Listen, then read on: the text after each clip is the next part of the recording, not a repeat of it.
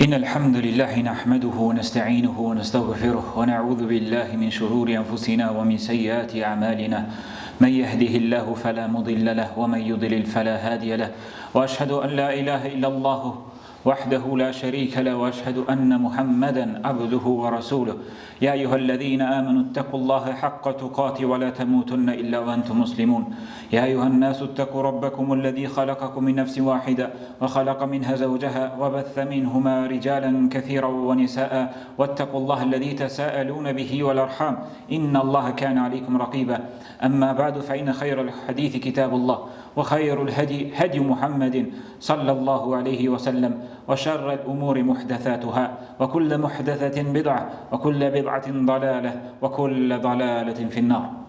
Allah në falënderojmë dhe vetëm prej tij ndihmë dhe falje kërkojmë. Kërkojmë mbrojtjen e Allahut dhe strehim tek ai kundrejt liksive të gjunaheve tona dhe kundrejt shpirtit tonë të prirë për të keqe, nefsit tonë. Atë që Allahu i lartësuar e udhëzon në rrugën e drejtë, askush tjetër përveç tij nuk mund ta çon në humbje.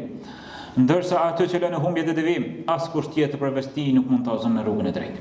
Dëshmojmë dhe deklarojmë që nuk meriton të adhurohet askush tjetër me të drejtë përveç Allahut të vetmit të pa ortak, dhe se Muhamedi është rob dhe i dërguar i tij dhe vula të gjithë pejgamberëve. Allahu i lartësuar na thirr në Kur'an duke na thënë: O ju që keni besuar, o ju besimtar, vazhdoni të bindeni Allahut me devotshmëri, duke i respektuar urdhrat e tij dhe duke u përmbajtur nga ndalesat e tij dhe mos ja lejoni vetvetes me vdekje ndryshe, përveç se duke qenë musliman të nështruar dhe të bindur ndaj tij. Vllazë ndarshëm, Allahu i lartësuar në librin e tij Fisnik i ka shpalosur shumë të vërteta me një qëllim që njerëzit të meditojnë rreth tyre. Megjithatë, njerëzit edhe pse ato ajete i lexojnë, bëhen kishe nuk i lexojnë.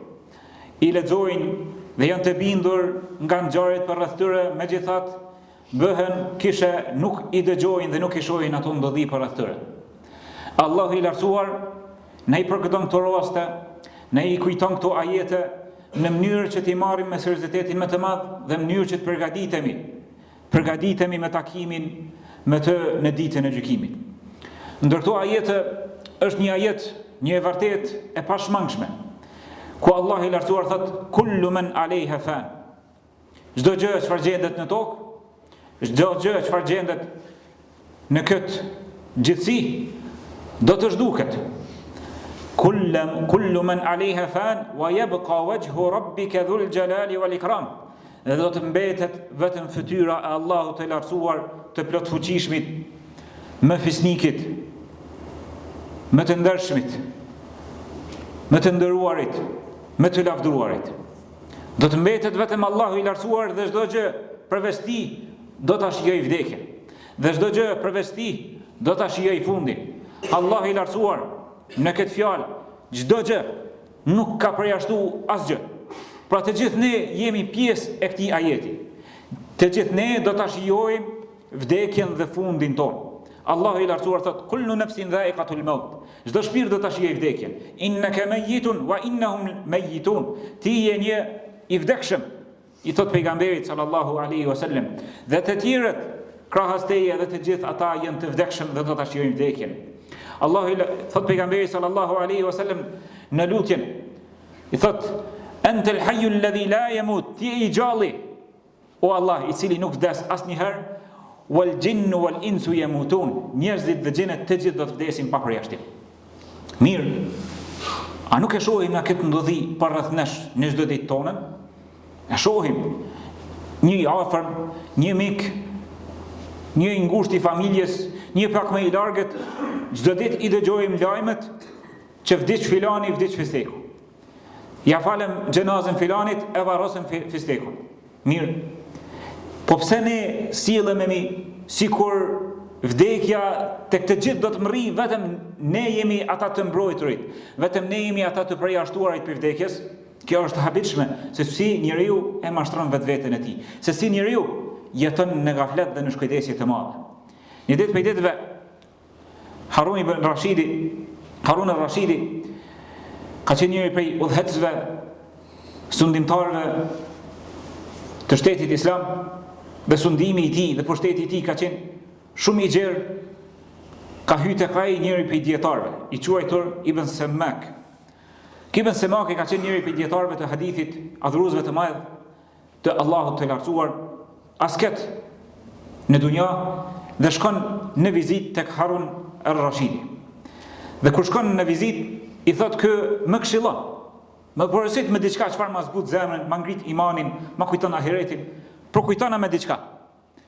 Dhe ky dietar i madh i thot, mjafton Kurani si këshillues. Fjala e Zotit nuk ka këshillues më të fuqishëm, më me ndikim se sa vetë fjala e Zotit. Thot, atëherë lexomi disa prej ajeteve. Dhe fillon ja lexon disa prej ajeteve që t'i zbutet zemra dhe ta këshilloj me fjalën e Zotit. Dhe fillon të lexoj nga ajetet e surës Mutaffifin. Wailul lil mutaffifin. Mirë për ata që kur peshojnë, alladhina idha iktalu ala an-nasi yastawfun wa idha kaluhum aw wazanuhum yukhsirun. Mirë për ata të cilët nuk janë të drejtë në peshore. Kur masin për vetët e tyre, masin drejt, ndërsa kur masin për të tjerët apo peshojnë për të tjerët, jo paksojnë, ju bëjnë mashtrim, ju bëjnë ndredhi. Dhe këshilla e këtij ajetit është në vijim. Allahu i lartësuar thot: "Ala yadhunnu ulaika annahum mab'uthun." Ama zvall, kanë harruar ata të cilët po i bëjnë këto veprime, mos kanë harruar që do të rinjallen. Li yawmin adhim, do të rinjallen për një ditë madhështore. Yawma yaqumu an-nasu li rabbil alamin, kur njerëzit do të rinjallen dhe do të shfaqen para Allahut të lartësuar. Vazhdim, këto dy ajete, nëse besimtari i vendos para syve të tij, do t'i shtohet devotshmëria ndaj Allahut të lartësuar. Do t'i përmirësohet fetaria e tij. Do të jetë më i përkushtuar në kryerjen e farzeve. Do të jetë më i kujdesshëm dhe më i ruajtur që të mos shkelë në gjunahet e Allahut të lartësuar. Cilat janë këto dy ajete? Ajetet: kullu man alayha fan. Çdo gjë që ndodh në këtë tokë do të zhduket. Ala yadhunnu ulaika annahum mab'uthun li yawmin adhim. A nuk mendojnë ata? A mos vallë kanë harruar ata që do të ringjallen dhe do të dalin para Allahut të lartësuar në një ditë madhështore? Këto dy ajete janë ilaç, bëjnë mrekulli në fetarin e çdo besimtari që ka grimca të imanit në zemrën e tij. Lexoja këto ajete, zemrës tënde, me seriozitetin më të madh, në mëngjes dhe në mbrëmje, dhe ti do të jesh në jetë të lumtur në këtë botë para botës tjetër. Nëse je në gjunahe, do të shpejtosh dhe do të nxitosh që të pendohesh dhe të kërkosh falje tek Allahu i lartësuar. E nëse je në vepra të mira, do t'i shtosh ato dhe do të kërkosh nga Allahu i lartësuar të forcoj dhe të përqendroj në vepra të mira dhe do t'i shtosh ato edhe më shumë. Vllazën, Allahu i lartësuar këto ajete i ka përmendur me një qëllim, që ne t'i flasim vetvetes dhe të përgatitemi me takimin me Allahun e lartësuar. Kur në kohën tonë, kjo kohë bashkohore, kur njerëzit janë të japër skajsmërisht ndaj materiales, janë të japër mas dunjas, ecin sikur me qenë të dehur në grumbullimin e pasurisë, në shpenzimin e saj, e kanë harruar takimin me Allahun e lartësuar, ndërkohë që këto thirrje janë që të bëhen gati me pendim dhe me vepra të mira para se me dalë para Allahut të lartësuar në ditën e gjykimit. Vllazën, kur besimtari i ka parasysh këto dy ajete, atëherë kujdeset që mos të mashtroj në shitblerjet e tij.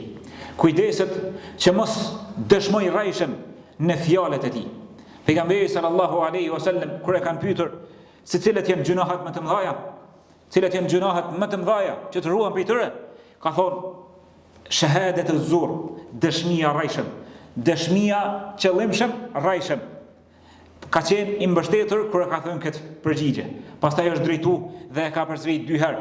Shahadet e zur, dëshmia rrajshëm është nga gjunahet më të mëdha. Saqë sahabët kur e kanë dëgjuar nga pejgamberi sallallahu alaihi wasallam, ju ka dhimbë pejgamberi sallallahu alaihi wasallam dhe ka thënë, sikur të heshte, sikur të pushonte duke e përsërit këtë fjalë, këtë përgjigje të rëndë për neve, se dëshmia e rrejshëm është nga gjunahet më të mëdha. E dëshmia e rrejshëm vllazën është e gjerë në shitblerje, në marrëveshje, në mashtrime të ndryshme, kur të pyetesh edhe dëshmon rrejshëm për diçka, të gjitha këto bëjnë në këtë dëshmi rrejshëm. Pra dikush që dëshmon rrejshëm se kjo gjë është kështu, madje edhe betohet në Allahun e lartësuar rrejshëm, Allahun e ruaj. Kur besimtari e kupton dhe ja kujton vetvetes se çdo gjë çfarë gjendet në tokë do të zhduket dhe se ai do të ringjallë dhe do të del para Allahut të lartësuar, kujdeset që të mos shkel në gjunahet ndaj Allahut të lartësuar. Kujdeset që zakatin të cilin Allahu i lartësuar e ka begatuar me pasuri, është i kujdesshëm që ta jep dhe ta dëshmon dhe ta dorëzon tek njerëzit hisetar që ju takon, të cilët Allahu i lartësuar i ka caktuar për ta. Dhe jo që të cilët që kur ta jep zakatin të pret nga i varfrit i thot Allahu të shpërbleft. Jo, këta ke obligim. Ti këta dhënien e zakatit e ke obligim. Sikur se e ke obligim kryerjen e farzit të namazit apo agjërimit të Ramazanit. Mos prit nga askush me thon Allahu shpërbleft që e ka falësh. Je ka falësh për veti. Ndash, nëse mendon që nuk i më dal para Allahut të lartësuar, mos e fal. A kur ta kujton se vdekja ka më të ardhur, e ki më ringjall para Allahut të lartësuar, atëherë kujdes se çfarë përgjigje po përgatit para Allahut të lartësuar. E nëse je i bindur, që e ki përgjigjen, mja dhon Allahut të lartësuar, kur të pyet pse si e falë robi im, mos marr se to mu, po unë nuk po fal nëse s'po kam kohë, s'po kam kështu, s'po kam ashtu. Jo, përgjigja jote mu nuk kam bën dobi. Justifikimi yt tek unë nuk kryen punë, se nuk muj me ta letu, edhe me dasht. Përgjigjen duhet më jap Allahu të lartësuar. Përgatitë këtë përgjigje, pse nuk e ka falësh, pse nuk e ka jep zakatin, e pse e ka bjen në këto gjunahe të mëdha, përgatitë për Allahun e lartësuar atë ditë kur do të dalësh para tij. Vllazën, a nuk e mendon njeriu i cili me pasurinë të cilën Allahu i lartësuar e ka begatuar, i privon të varfrit nga dhënia e zakatit, a nuk e mendon që ka me dalë para Allahut të lartësuar? A nuk e mendon njeriu që atë pasuri, atë shëndet me të cilën Allahu i lartësuar ka begatuar, atë pasuri që ta ka dhënë dhe me atë që e gëzon, a nuk mendon njeriu, a nuk i friksohet Allahut të lartësuar kur do të del para atij që ta shpenzoj këtë pasuri në haram, në udhime të ndaluara, në ushqime të ndaluara, në kënaqësi të ndaluara? A nuk i friksohet Allahut të lartësuar që një ditë prej ditëve ky do të zhduket, do të vi vdekja dhe do të del para Allahut të lartësuar? A nuk i friksohet Allahut të lartësuar ajo motër e cila del e zhveshur? A nuk ka turp nga Allahu i lartësuar që i zbulon bukuritë e saj para njerëzve, pa fije turpi? Madje nuk mjaftohet vetëm të zbulon, po edhe e shfaq veten e saj në rrjetet sociale. A nuk friksohet se do t'i vi vdekja dhe do të ringjallet para Allahut të lartësuar, se çfarë do të përgjigjet para Allahut të lartësuar? Andaj gjithë secili prej njerëzve duhet të përgatit atë qëndrimin kur nuk do t'i lëvizin këmbët e bijit të Ademit derisa të përgjigjet nga katër çështje. Thot pejgamberi sallallahu alaihi wasallam: la tazula qadama 'abdi yawm al-qiyamah hatta yus'ala 'an arba'. Nuk do të lëvizin këmbët e njeriu në ditën e Kiametit derisa të pyetet për katër gjëra. E në mesin e këtyre katër gjërave, edhe për pasurinë si e ka shpenzuar, edhe për jetën si e ka kaluar, edhe për rinin si e ka shpenzuar. Prandaj, vllazë dashur, le të përgatitemi për këtë realitet të pashmangshëm. Mos ta mashtrojmë vetveten, se është një realitet i cili herët a vonë do të na pret. Dhe dhimbshja, ajo çfarë është më e dhimbshme në lidhje me këtë realitet është që nuk të paralajmëron. Sa njerëz po dëgjojnë që vetëm ka dalë në balkon ta pinë një kafe dhe i ka trokis vdekja para paralajmërim, apo ka ardhur në vizitë të familjarëve, rrugës i ka ardhur xheli dhe ja ka marrë shpirtin. Vdekja, vllazën, është një realitet i pashmangshëm. Megjithatë ne sikur alarmin e bëjmë snus, e shtyjim, sikur nuk dojmë mja ditë për të, derisa një ditë prej ditëve nuk kimo mundësimi shty, se të vjen edhe të merr pa të pyet fare. Elusim Allahun e lartësuar të na bëjë prej atyre të cilët meditojnë dhe reflektojnë në fjalën e Allahut të lartësuar, i cili thotë: "Anfiqu mimma razaqnakum min qabli an ya'ti ahadukum al-maut fayaqulu rabbi lawla akhartani ila ajalin qarib fa asaddaqa wa akun min as-salihin." O Zot, i thuat atyre: shpenzoni, jepni në rrugën e Allahut para se t'ju vjen vdekja, e të thotë ndonjëri për jush: o Zot, sikur ma shtyje e gjelin e vdekjes edhe pak, që të shpenzoja në rrugën e Allahut e të bëhesha prej vepër mirëve. E ja, vllai dashtëm, unë edhe ti jemi gjallë. Nga sot, nga tani, mos tuj prej nese. Prej sot, bëhu prej vepër mirëve.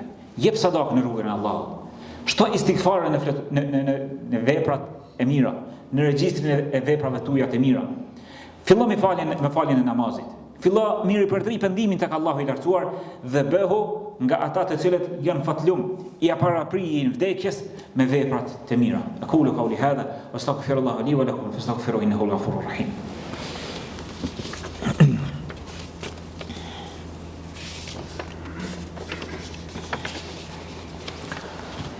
Bismillah, alhamdulillah, wa salatu wa salam ala ashrafil anbiya'i wal mursalin, nabina Muhammad wa ala alihi wa ashabihi ajma'in. Allah në falenderojmë, salamat dhe salavatet qofshin për më të dashurin tonë Muhammedin sallallahu alaihi wasallam, familjen e tij, shokët e tij dhe gjithë ata që e pasojnë atë deri në ditën e gjykimit. Vllazë ndarshëm, përkujtimi i vdekjes është një realitet që besimtari duhet të reflektojë në lidhje me të, në mënyrë që ta përmirësojë fetarinë e tij, në mënyrë që të shtoj veprat e mira dhe të paksoj veprat e këqija, kërkoj falje tek Allahu i lartësuar dhe të pendohet për gjunahet të cilat i ka bë me dije apo ato të cilat i ka bë pa dije, ato të cilat i ka bë dhe i mban mend apo edhe ato të cilat i ka harru, qofshin ato të përgjithshme apo të veçanta, ta bësh një pendim të sinqert, një tobe nasuha të sinqert gjithëpërfshirëse për çdo gjuna, që ta hapësh një faqe të re në jetën tënde, sikurse atë ditë në të cilën të ka lindur nëna, pa një faqe të re, dhe të fillosh në adhurim të Allahut të lartësuar me veprat e mira dhe në afërsi të Allahut të lartësuar, nga se këtu është lumturia, këtu është tregtia, të cilën Allahu i lartësuar na thirr që të bëjmë tregtime të. Allahu i lartësuar thotë: "Ya ayyuhalladhina amanu, hal adullukum ala tijara?" O ju besimtar, o ju që keni besu, atë ju tregoj për një tregti. "Tunjikum min adhabin alim", që t'ju shpëton nga dënimi i dhëmshëm. Çfarë tregtie? Tregtia është që ti bindesh Allahut në kryen e farzave. Është shpërblimi i shumë visht për jetësi që nuk harxhohet kurr. Merreni me mend, edhe në jetën e kësaj bote me thon dikush, investo 2.5%, edhe 97.5% janë tuja, i shijon në jetën e kësaj bote dhe do të kesh 10 fishin e deri në 700 fish e deri në pakufi në ditën e gjykimit. Shpërblime madhështore. A është dikush prej neve që heziton me marr pjesë në këtë tregti, me investu vetëm 2.5%? Askush prej nesh. Të gjithë prej nesh pa përjashtim kishim me pas qejf, më kohën prej investuesve apo prej ortakëve në këtë tregti. Çfarë tregti është kjo? Allahu i lartësuar po të mi hap zakatin. Kjo është një lloj tregtie që ti e bën me Allahun e lartësuar. E ki një obligim që duhesh mi kry. 2.5%. Marrani me mend. 1.000 euro nëse ki zakat mi dhon, do të thonë nëse ki pasuri 1.000 euro, zakati në 1.000 euro është 25 euro. 1.40. Marrani me mend çfarë shumë e vogël kërkohet edhe këtë shumë besimtari heziton mi dhon. Për 24 orëve, e shumëzoje tash sa minuta janë në mesin e 24 orëve, kërkohet ti përgjigjesh Allahut e lartësuar 5 herë në ditë. Dhe ti i thu, jo, këto 24 orë nuk kam kohë për ty o Zot. Nganjëherë nuk e thu me fjalë, po e thu me vepra. Sa herë nuk i përgjigjesh Allahut e lartësuar në faljen e 5 kohëve të namazit, je ka i thu me veprat tuaja, me gjendjen tënde, o Allah, unë s'kam kohë për ty. Edhe pse ti më ke kriju, më ke furnizu, më begaton dhe vazhdimisht to begati mi ruan dhe mi ripërtrin. Pra begatit të cilat Allah i lartësuar na i ka dhënë. Mos ti marrim si ti mërqena. Dhe mos mendo që sot e ki shëndetin, shikimin, dëgjimin, shqisjen e nuhatjes, të shijimit, të prekjes, këmbët që ecën me tokë, mendjen, këto begati, nesër, nëse zgjohesh dhe i ki prap, to e begati të reja, që kërkojmë falënderim shtesë. Sot, nesër, pas një javë, pas një muaji, çdo ditë Ti i gëzon këto begati, këto janë begati të reja për ty, prej Allahut të lartësuar. Këto kërkojnë prej teje një 2.5%, 1/40 pjesë. Një herë në jetë më shku në hax. Një muaj prej 12 muajve me agjëru, dhe jo ata me agjëru 24 orë, 12 orë. Tash në dimër të bjen 10 orë. Andaj vllazën, le ti flasin vetes që të përmirësohemi, të bëhemi gati për takimin e Allahut të lartësuar, të pendohemi dhe të kërkojmë falje për gjunahe. Gjithse cili për nesh kemi gjunahe, mirë po më fatlumi është ai që në regjistrin e veprave të tij, krahas gjunaheve që i ka bo, gjen istighfare të shumta, gjen pendim të sinqert, që i afshin gjunahet. As i pendimi të fuqishëm që le që i afshin gjunahet, po ato gjunahe ja shndron në vepra të mira. Kjo është ajo tregtia të cilën kërkohet prej nesh ta bëjmë, dhe kjo është ajo tregtia të cilën Allahu i lartësuar kërkon prej nesh, në mënyrë që të dalim faqebardh për Allahut të lartësuar, në mënyrë që jo ta friksojmë, e jo që t'ja nxjim jetën vetes tonë duke kujtuar vdekjen, se kjo është mentalitet i dikujt që është rob i dunjas, që thotë mos ma kujto vdekjen, mos ma kujto ditën e gjykimit. A besimtari, muslimani i devotshëm e kujton vdekjen në çdo ditë, nga se e din që nuk ka shpëtim, e din që ajo çfarë pret tek Allahu i lartësuar është përjetësi, ose në begati, ose në dënim. Andaj përgatitet dhe e kujton vdekjen, dhe nuk është i kompleksuar që ta kujtoj vdekjen. Nga se kujtimi i vdekjes i bën dobi jetës së besimtarit, që ta shijoj këtë jetë. E kujton vdekjen, e kujton takimin me Allahun e lartësuar, që ta shijoj halallin dhe të lejuaren, atë të mirën të cilën Allahu i lartësuar ja ka leju besimtarëve. Ndërkohë, e fundit është tjetra, mos mendo që Allahu i lartësuar ka nevojë për mua për ty. Allahu i lartësuar ka pa kufi krijesa të cilët e adhurojnë, madje pa ndërprerje. A dini vllazën që vetëm me lajket i bëjnë tasbih, e i bëjnë tahmid, e lavdrojnë Allahun e lartësuar, e falenderojnë Allahun e lartësuar pa ndërprerje. E dini sa është numri me lajkeve? Vetëm Allahu i lartësuar di sa i shumë është numri me lajkeve. Njëri prej dietarëve kur e ka pyetur se çysh ka mundësi që i bëjnë tasbih pa ndërprerje, e lavdrojnë Allahun e lartësuar me lajket, ka thonë sikurse ju njerëzve që edhe falni, edhe hani, edhe pini, ndërkohë që merrni frymë, me lajket në natyrshmërinë e tyre. Frymëmarrja, pra sikur ne që e kena në natyrshmëri frymëmarrjen, me lajket tasbihin e kanë në natyrshmërinë e tyre. E nëse ne mendojmë që Allahu i lartësuar ka nevojë për neve, ne jemi vetë mashtruar. Nëse ne mendojmë që po i bojmë mirë Allahut të lartësuar me adhurimin tonë, atëherë ne na ka mashtruar vetveten. Ndërkohë që Allahu i lartësuar thot: "Ya ayuhan nas, o ju njerëz, antumul fuqara ila Allah, wallahu huwal ghaniyul hamid." Ju jeni ata nevojtarët për Allahun e lartësuar. Ndërkohë që Allahu i lartësuar është ghani, është i pavarur, është më i pastër i krijesat. Ai është i vetë lavdruar. Ai është i vetë lavdruar. E lavdrojnë të gjitha krijesat tjera. Nëse ne nuk dëshirojmë që të adhurojmë Allahun e lartësuar dhe të adhurojmë, ne jemi vllazën ata të cilët kena nevojë. Sa më herët që e kuptojmë këtë fakt dhe këtë realitet që ne kemi nevojë për ndihmën e Allahut, për kujdesin e Tij, për mëshirën e Tij, për mirësitë e Tij, për begatitë e Tij, aq më shpejt do të nxitojmë dhe të bindemi Allahut të lartësuar. Dhe këtë bindje ndaj Allahut të lartësuar nuk do ta shtyjmë për nesër. Nuk do ta lojmë shejtanin që të luajë me neve. Hajt se pendohesh nesër, hajt se pendohesh ka vakt kur vjen Ramazani. Mbas vjen Ramazani, e ne jemi prej atyre të cilëve jemi zhdukur nga kjo botë, të cilët e kanë shijuar vdekjen. Andaj që të përgatitemi për takimin me Allahun e lartësuar. Përgatitemi për sezonat e adhurimit, të cilat nga muaji Ramazani nuk na ndajnë vetëm se 2 muaj. Nesër hyjmë në muajin Rajab, pastaj muaji Sha'ban, dhe vetëm kur e shohim veten që kemi hyrë në natën e parë të Taravive, të fillojmë me faljen e namazit, fillojmë me mësimin e shkronjave të Kuranit. Përgatitemi për ta lexojmë fjalën e Allahut të lartësuar. Përgatitemi ta mësojmë ndonjë lutje. Ta njohim Allahun e lartësuar me ndonjë emër të Tij të bukur, që ta lutim Allahun e lartësuar në muajin e Ramazanit. Apo të kursejmë nga të hollat të cilat Allahu i lartësuar na ka begatuar me to, ta kryjmë ndonjë umre. Përgatitemi që ta lutim Allahun e lartësuar të na mundsoj ta kryjmë haxhin, se vallahi kjo jetë shpejt kalon.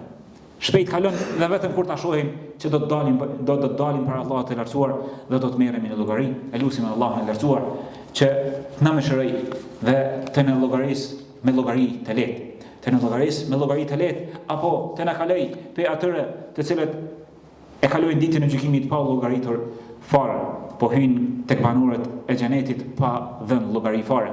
Lutim Allahun e lartësuar të na bekatoj në këtë botë dhe në botën tjetër, dhe të na jap përfundim të mirë dhe përfundim të bukur me fjalën la ilaha illallah Muhammedur Rasulullah në jetën e kësaj bote. Të na merr shpirtin duke qenë ai i kënaqur me neve. Të na mundsoj që të pendohemi çdo ditë, të kërkojmë falje të shumta dhe të përgatitemi në për takimin e Allahut të lartësuar. Inna Allaha wa malaikatahu yusalluna 'alan nabi ya ayyuhalladhina amanu sallu 'alayhi wa sallimu taslima. Allahumma salli wa sallim wa barik ala nabiyyina Muhammad wa ala alihi wa ashabihi ajma'in wa aqimus salat.